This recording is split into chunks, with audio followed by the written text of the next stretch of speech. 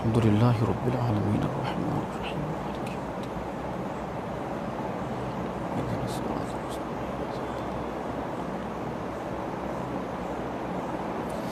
کما قال اللہ تبارک و تعالی فی شان حبیبہ مخبرا و آمرا ان اللہ و ملائکتہ یصلون علی النبی یا ایہا الذین آمنوا صلوا علیہ وسلموا تسلیما اللہم صلی محمد و آلہ سبحان ربک رب العزت عما یصفون وسلام علی المرسلین والحمدللہ رب العالمین اعوذ باللہ السمیع العلیم من الشیطان اللعین الرجیم بسم اللہ الرحمن الرحیم الحمدللہ رب العالمین والصلاة والسلام علی سید الانبیاء والمرسلین خاتم لما سبق والفاتح لمن غلق المغلن الحق بالحق ابو القاسم محمد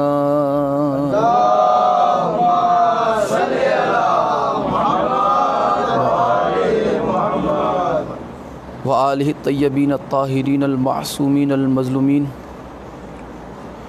ولعنۃ اللہ دائما باقیہ علی اعدائہم وغاصب حقوقہم ومنکر ولایتہم وفضائلہم ومصائبہم اجمعین اما بعد قال رسول اللہ صلی اللہ علیہ وآلہ وسلم ان الحسین مصباح الہدی وسفینۃ النجات صلوات پڑھ دیں محمد اور آل محمد صلی علی محمد وآل محمد وعجل فرجہم دعا ہے آل محمد کا عظیم اور کریم اللہ اس ذکر پاک کے صدقے میں ہمارے گناہوں کو معاف فرمائے مولا بحق محمد وآل محمد تمام کی حاضریوں کو قبول فرمائے مولا بحق محمد وآل محمد جتنے بیمار ہیں اس ذکر پاک کا صدقہ مولا انہیں شفاء کاملہ و عاجلہ عطا فرمائے جتنے پریشان حال ہے آل محمد کی عزت اور عظمت کا واسطہ مولا ان کی پریشانیوں کو دور فرمائے یا مولا بحق محمد وآل محمد جتنے بھی بیمار ہیں انہیں شفاء کاملہ و عاجلہ عطا فرمائے یا مولا تجھے کربلا والوں کی قربانی کا واسطہ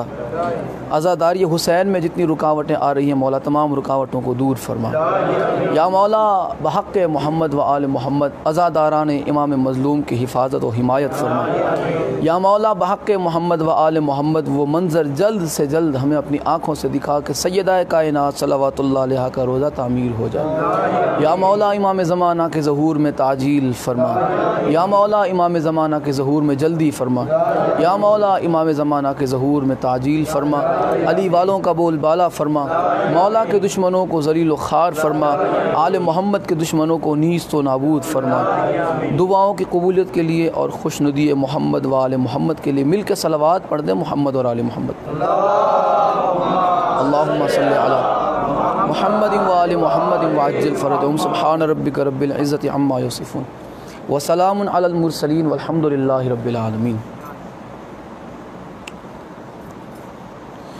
جیسا کہ آپ تمام حضرات کے علم میں ہیں ماہ محرم کی 7 تاریخ گزر چکی اور 8ویں شب کا آغاز ہو چکا ہے یہ دن بڑے سخت دن ہیں مومنوں کے لیے مظلوم کی حمایت میں آواز اٹھانے والوں کے لیے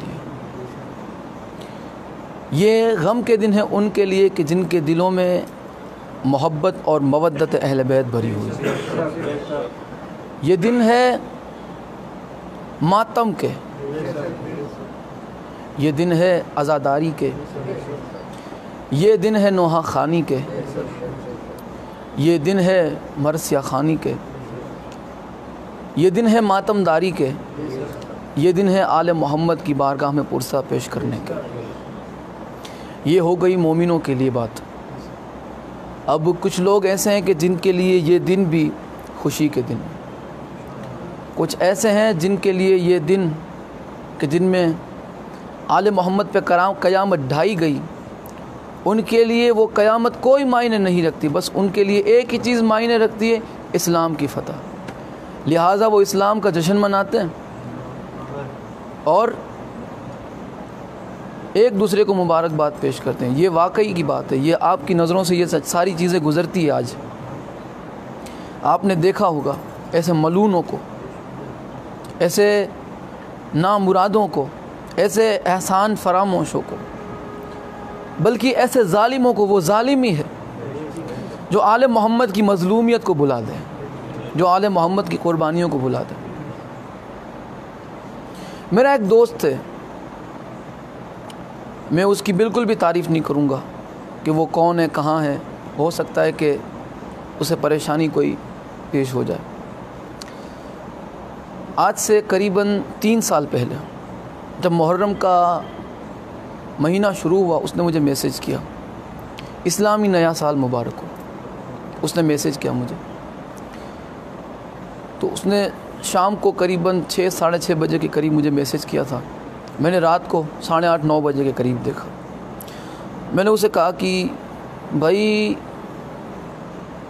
کس طرح کی مبارکبادی ہے، کس خوشی میں، محرم کا مہینہ ہے تو کس خوشی میں؟ تو کہنے لگا کہ اسلام کا نیا سال ہے.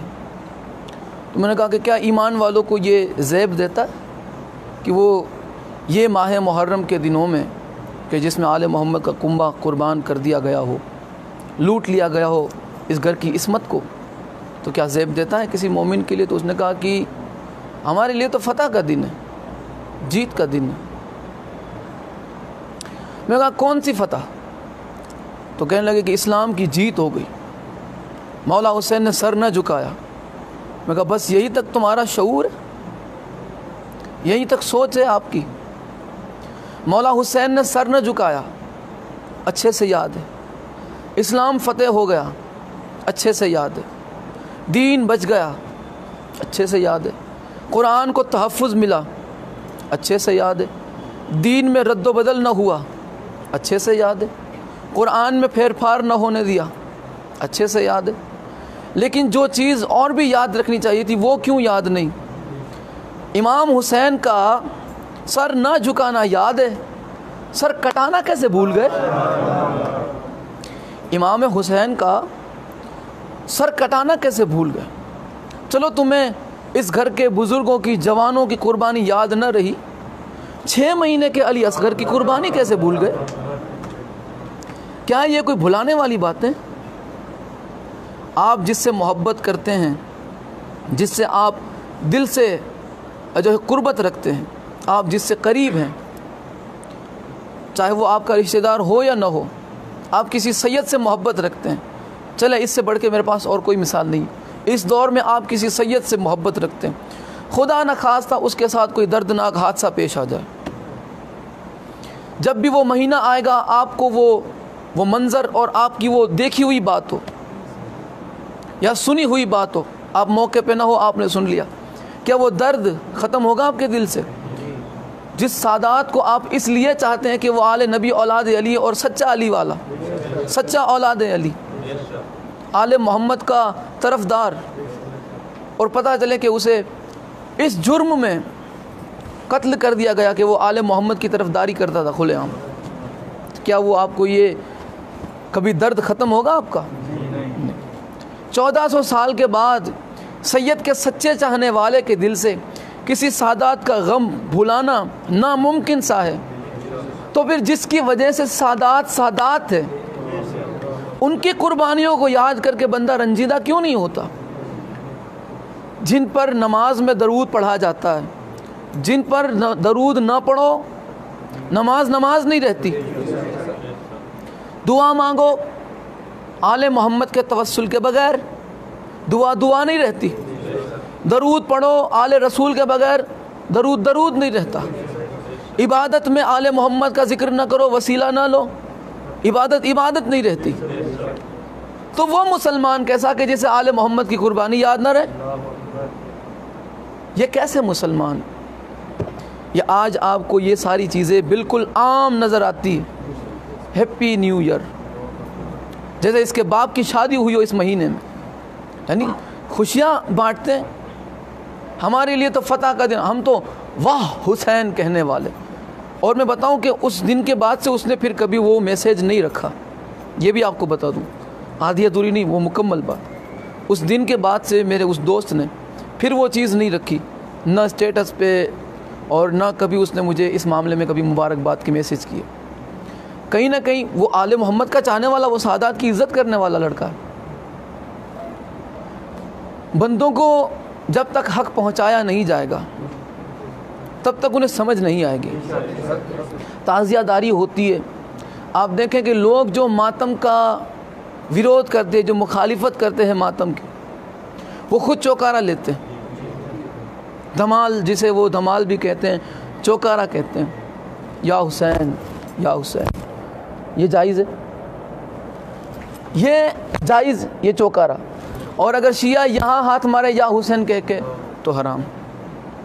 دیکھ رہے ہو، کیونکہ لوگوں کی عقلیں ناقص ہو چکی ہے.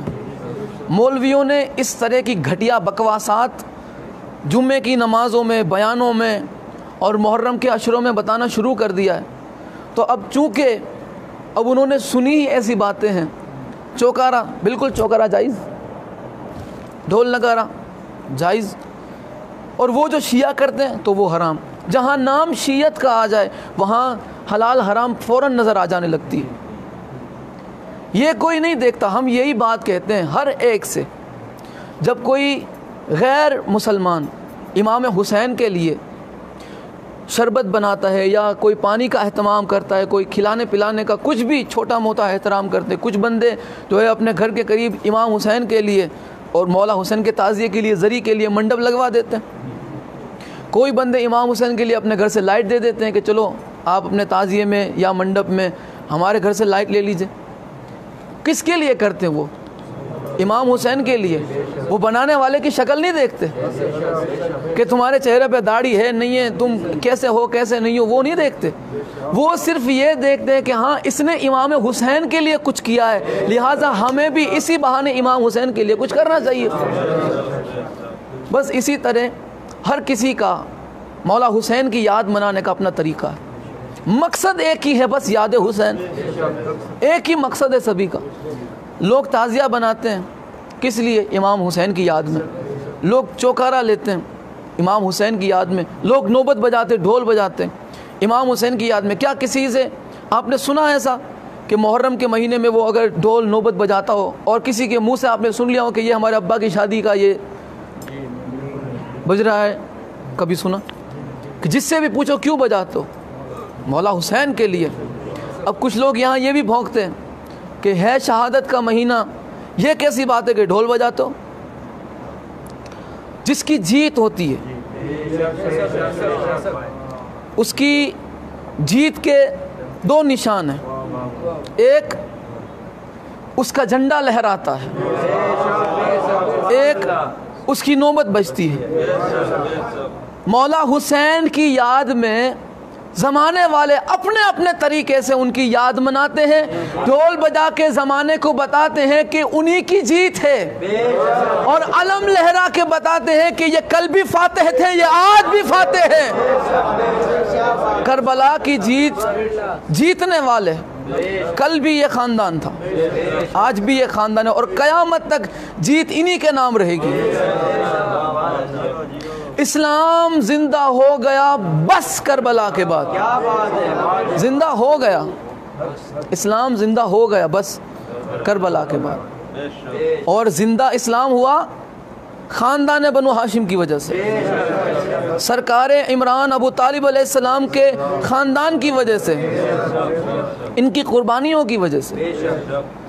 بنو ہاشم کے اندر، بنو ہاشم بنو امیہ یہ شروع سے ایک دوسرے کے دشمن رہے، مخالف رہے، لیکن بنو ہاشم میں تین چیزیں مشہور تھیں.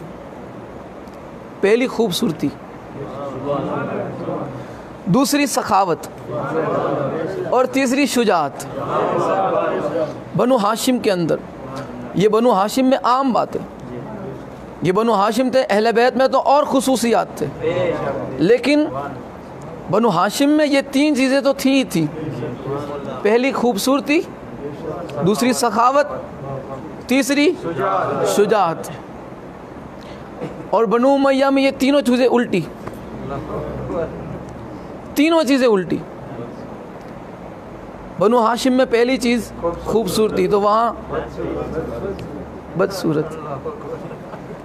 یہاں پہ سخی وہاں بخیل، اور ایسے بخیل میں کھاؤں نہ کھاؤں تجھے نہیں کھانے دوں گا، ایسے بخیل۔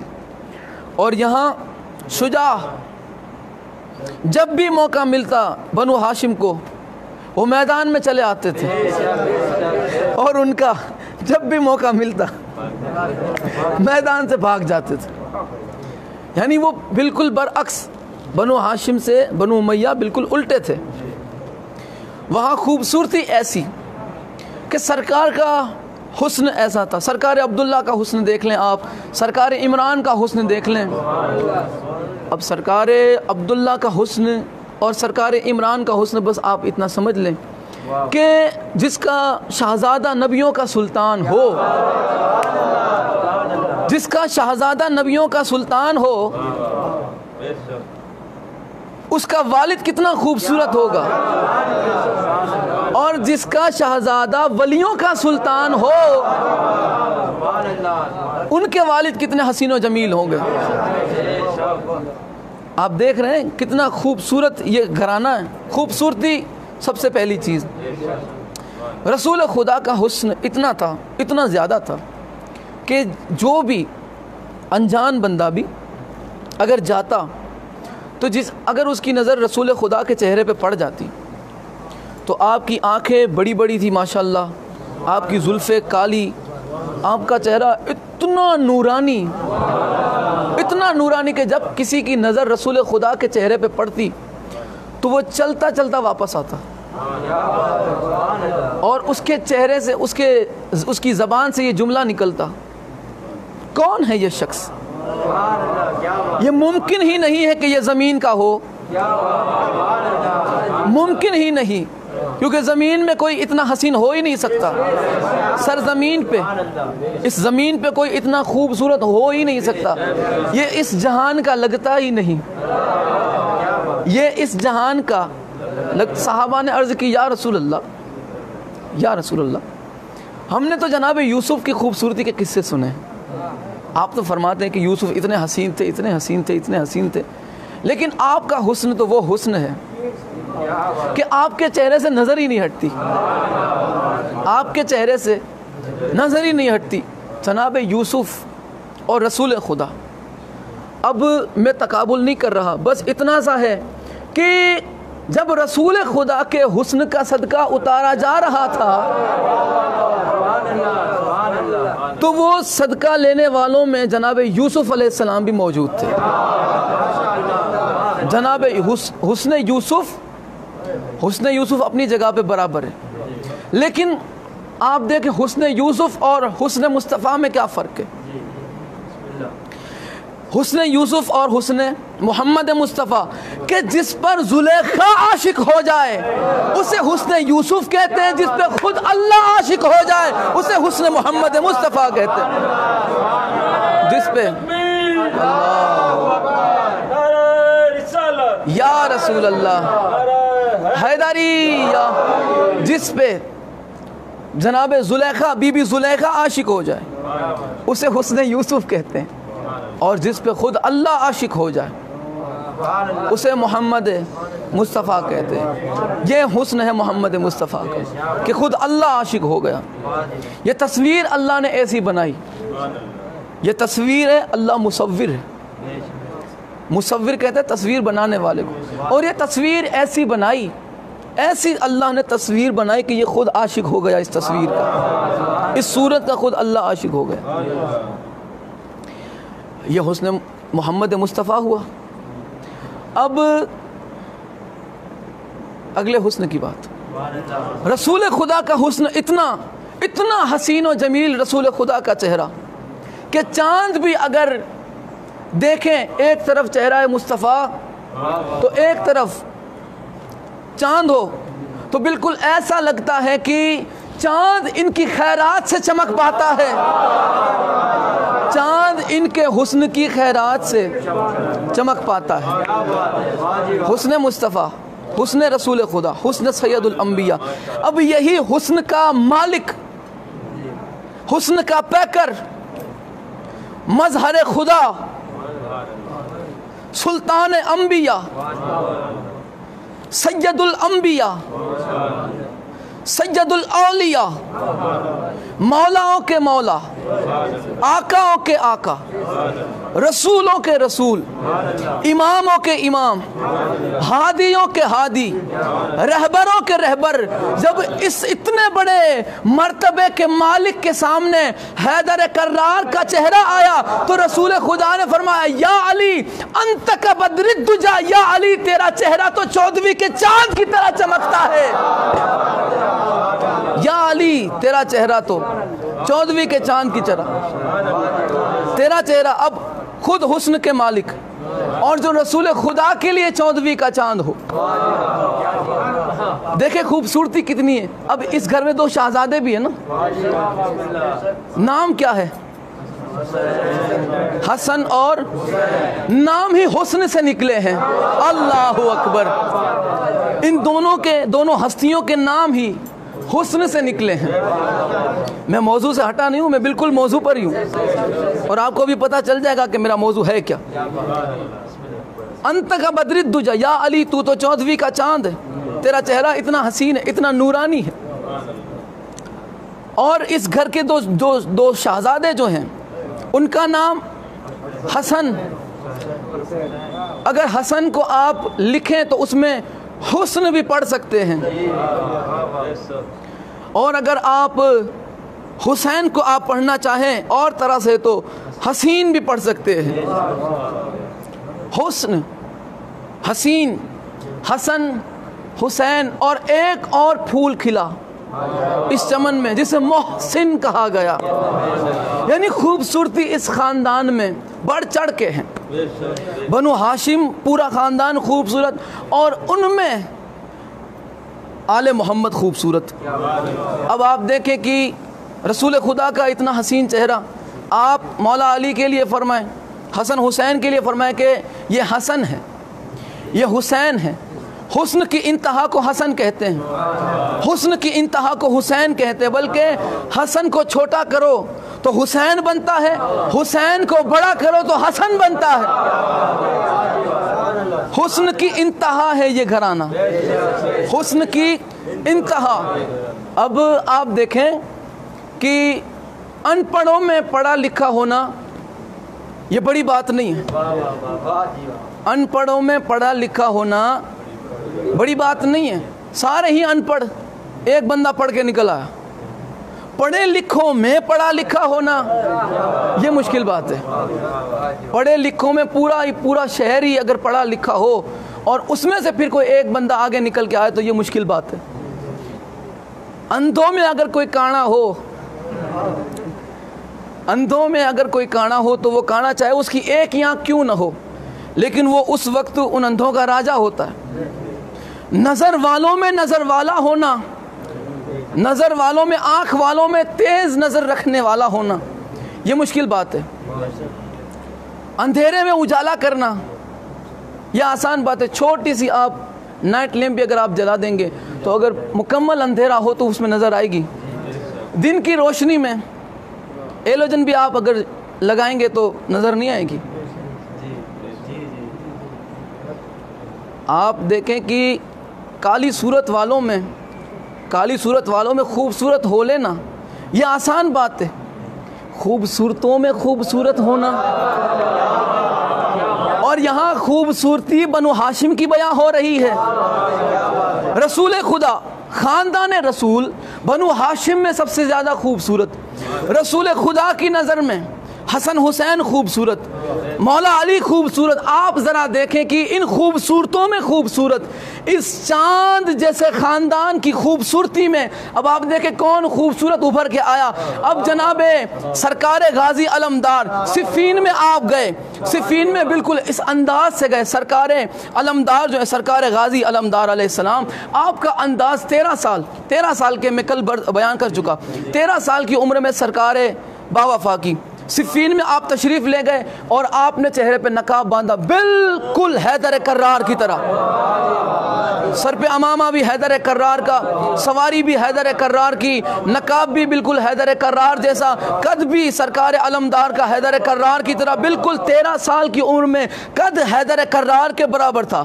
13 سال کی عمر میں قد حیدر کرار کے برابر، 13 سال کی عمر میں قد حیدر کرار کے برابر سرکار غازی نکلے۔ اور آپ کی شجاعت کو جب لوگوں نے دیکھا، آپ کے سپاہیوں میں بھی زیادہ تر لوگوں کو پتہ ہی نہیں تھا کہ یہ آ گئے ہیں لڑنے کے لیے، لوگوں نے سمجھا کہ ہاں رفتار بھی وہی ہے، گفتار بھی وہی ہے، انداز بھی وہی ہے، طاقت بھی وہی ہے، وار بھی وہی ہے، حملہ بھی وہی ہے، انداز بھی وہی ہے، انداز بھی وہی ہے، انداز بھی وہی ہے۔ صحابہ جو مولا کے صحابی تھے وہ خیمے سے ذرا باہر نکلے اور کہنے لگے کہ ہیں علی میدان میں چلے گئے، ہمیں تو کہا بھی نہیں، ہمیں تو بتایا بھی نہیں۔ اور وہاں لشکر آدھا میں معاویہ کے لشکر میں کھلبلی ہو گئی، علی نے آنے سے پہلے بتایا بھی نہیں اور آتے ہی سیدھا حملہ کر دیا، علی نے بتایا بھی نہیں، آتے ہی حملہ کر دیا۔ یہاں مرنے والا کہتا تھا کہ یہ علی آیا، وہاں مرنے والا کہتا تھا یہ علی آیا، اس طرف والے کہتے تھے علی نے یہاں حملہ کیا، اس طرف حملہ کرا جہاں وہ کہتے تھے یہاں علی آیا۔ یہاں پہ صحابہ باہر نکلے، ان کی پریشانیاں چہرے پہ نمودار ہو گئی، یہاں سے صحابہ پریشان ہو کے باہر نکلے کہ علی بغیر بتائے میدان میں چلے گئے، یہاں سے ان کی پریشانی شروع ہوئی۔ علی نے اور پریشانی اپنے خیمے سے باہر نکل کے بتا دی، اور پریشانی ان کی بڑھا دی۔ یہاں مولا علی خیمے سے باہر نکلے، جب مولا علی کی طرف صحابہ کی نظر گئی، دشمنوں کی نظر حیدر کرار پہ پڑی تو علی تو خیمے میں ہے، علی تو خیمے سے نکلے، اپنوں نے بھی دیکھا علی خیمے سے نکلے، دشمنوں نے بھی دیکھا علی خیمے سے نکلے، سارے ہی پریشان۔ یا علی اگر آپ یہاں ہیں تو وہاں کون ہے؟ آپ یہاں ہیں تو وہاں کون ہے؟ آپ یہاں ہیں تو وہاں کون ہے؟ میرے مولا نے آواز دی کہ چلے آؤ۔ میرے مولا عباس کا آپ دیکھیں کہ رنگ روپ اتنا تھا، میرے مولا بڑھے، آپ نے سر سے امامہ اتارا، کالی بالکل گھٹائیں آپ کے چہرے پہ جو لٹیں تھی میرے مولا کی چہرے پہ آ گئی۔ جب میرے مولا عباس حملہ کرتے تھے بالکل حیدر کرار کی طرح جلال میں آ کے آپ حملہ کرتے تھے، جب علی کو جلال آتا تھا آپ کی آنکھیں سرخ ہو جایا کرتی تھی، آپ کی لٹیں چہرے پہ آ جایا کرتی، بالکل وہی نظارہ حیدر کرار کا۔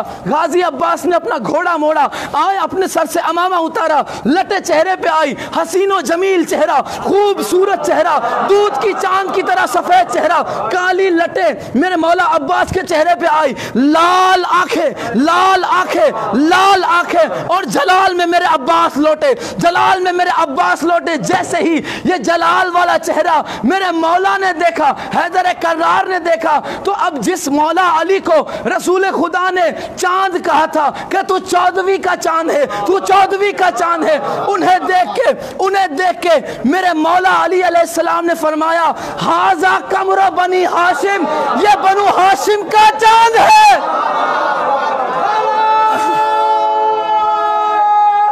حیدری